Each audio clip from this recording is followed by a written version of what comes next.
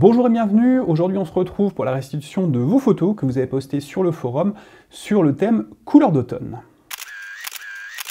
Alors on commence tout de suite avec une photo d'Annick qui s'est interrogée sur le cadrage puisqu'elle a zoomé sur une branche qui dépassait un petit peu d'un arbuste, elle a tourné autour de l'arbuste en essayant d'avoir un arrière-plan sur lequel la branche pouvait se détacher au mieux. Elle a fait une mesure de lumière matricielle, mais elle nous indique, et on y reviendra, qu'elle aime bien la mesure pondérée centrale. Elle demande quelle est la différence entre une mesure matricielle et une mesure pondérée centrale.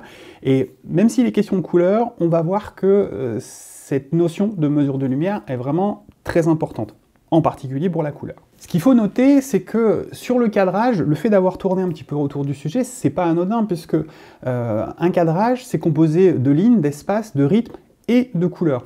Donc selon la manière dont on va restituer les couleurs et les positionner les unes par rapport aux autres, ça va avoir une incidence sur la structure de notre image. Donc cadrer, c'est aussi positionner les couleurs à différents endroits de son image de manière à structurer la photo pour lui donner du sens ou une esthétique particulière. C'est ce qu'a fait Bruno qui a travaillé donc en 400 ISO à main levée, en contre-plongée, avec un 70-200 mm, donc qu'il a utilisé à 169 mm, en mode A, mais en sous-exposant de 2 tiers de diaph pour booster un petit peu les couleurs. Et donc il a utilisé un format carré, ça c'est juste un recadrage qu'il a fait en post-prod, et de manière à limiter la surface du ciel. Limiter la surface du ciel, pourquoi? Parce qu'en fait, la répartition entre les différentes couleurs, on l'a vu dans la première vidéo de ce mois sur le sujet des couleurs d'automne, les couleurs, elles ont une sorte de poids. On parle de luminosité relative, et en fonction de leur poids, on va pouvoir les rééquilibrer. Et là, effectivement, le jaune, c'est l'une des couleurs qui a le plus de poids, et donc qui va être plus visible par rapport au bleu. Donc, il faut équilibrer un petit peu la part de jaune par rapport au bleu, sachant que, bien évidemment, on aura plus de bleu que de jaune pour pouvoir rééquilibrer un petit peu la balance. Donc ça c'est intéressant, cette manière d'approcher les choses, c'est-à-dire structurer son image avec les couleurs en tenant compte aussi de leur poids, de leur luminosité relative. Pour ça, je vous renvoie à la première vidéo qu'on a fait donc ce début novembre. Je vous mets un petit lien par ici dans la description, de manière à ce que vous puissiez aller revoir ça si vous ne l'avez pas déjà fait.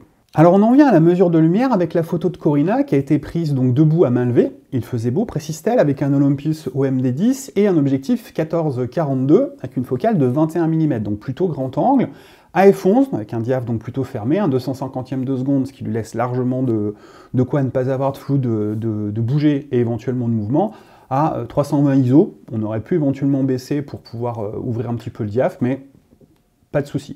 Elle a utilisé le programme d'exposition manuelle et elle a fait une mesure de lumière en spot sur l'herbe.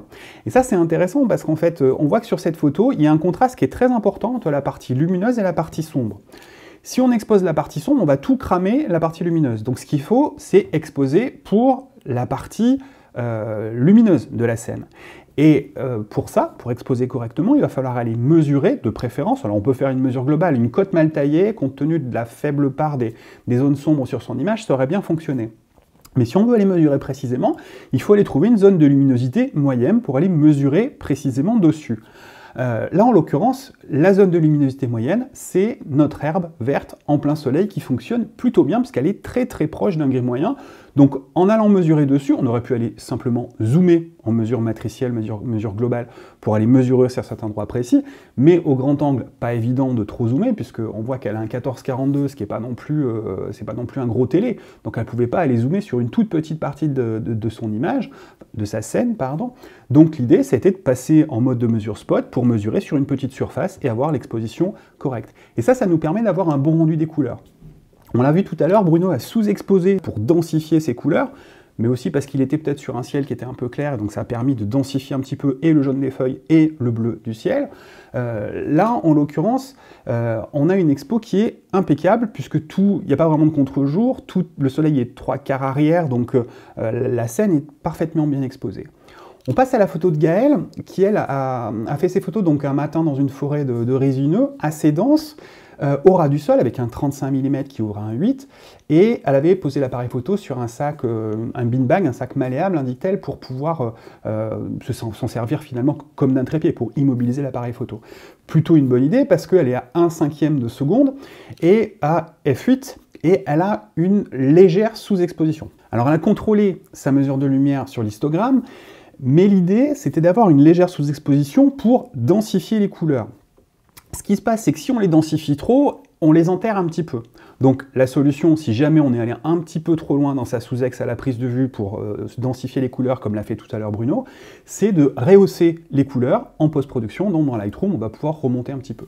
Quand on travaille avec des fichiers RAW, tant qu'on reste dans un ordre de grandeur de plus ou moins 2 valeurs de diaphragme, c'est jouable, c'est-à-dire qu'on peut rattraper plus ou moins 2 valeurs d'ouverture de diaphragme. L'idéal étant quand même d'avoir une bonne exposition dès le départ, parce que qui peut le plus peut le moins, mais voilà, si on a sous-exposé un petit peu, de 1/3 ou 2/3, c'est pas gênant, puisqu'on a une marge de manœuvre de plus ou moins 2 diaph environ. Alors elle pose la question, quelle est la différence entre la mesure de lumière globale et la mesure de lumière pondérée centrale? Eh bien, on l'a vu tout à l'heure avec l'exemple de Corinna qui, elle, a utilisé le mode de mesure spot. La différence entre les différents modes de mesure, c'est juste la surface sur laquelle va mesurer, l'appareil photo va mesurer la lumière, la surface de la scène qu'on cadre, et la manière dont il va calculer les différentes parties lumineuses sur cette surface. C'est-à-dire, quand on est en mode global, eh ben, il mesure sur l'ensemble de l'image, sans faire de distinction entre les différentes zones. Quand on est en mode de mesure globale pondérée centrale, eh bien, il mesure sur l'ensemble de l'image, mais il tient plus compte de ce qu'il y a au centre. Et quand on est en mesure spot, eh bien, il tient compte uniquement de ce qu'il y a au centre, sans tenir compte du tout de ce qu'il y a autour. Dans tous les cas, exposer correctement, ça va vous permettre d'avoir une bonne densité au niveau de la couleur et donc de restituer les couleurs correctement. Et ça, c'est important pour nos photos de couleur d'automne. Voilà, donc on se quitte avec, comme d'habitude, le diaporama de toutes vos images qui ont été publiées. Vous avez été assez productifs sur ces couleurs d'automne ce mois-ci. Le mois prochain, donc, enfin la semaine prochaine du coup, on va travailler sur les lumières de la ville. Donc ça va être, on va pouvoir mettre à contribution tous les éclairages de Noël qui ont été mis dans la plupart des villes déjà. On va travailler sur la partie prise de vue, sur la partie post-prod et probablement aussi sur quelques exercices au flash en extérieur. Je vais faire un petit changement parce qu'il y a pas mal de petits soucis de poste de photos sur le forum actuellement. Donc la semaine prochaine et le mois prochain, même d'une manière générale, on va poster les contributions dans le groupe Facebook. Je ferai un post spécifique chaque semaine et on postera sous vous posterez vos photos sous ce post chaque semaine, de manière à ce que tout soit regroupé et qu'il n'y en ait pas partout. Donc je vous demanderai d'être assez discipliné pour ça, pour que je puisse vous répondre, parce que s'il y en a dans tous les sens, je risque de passer à côté.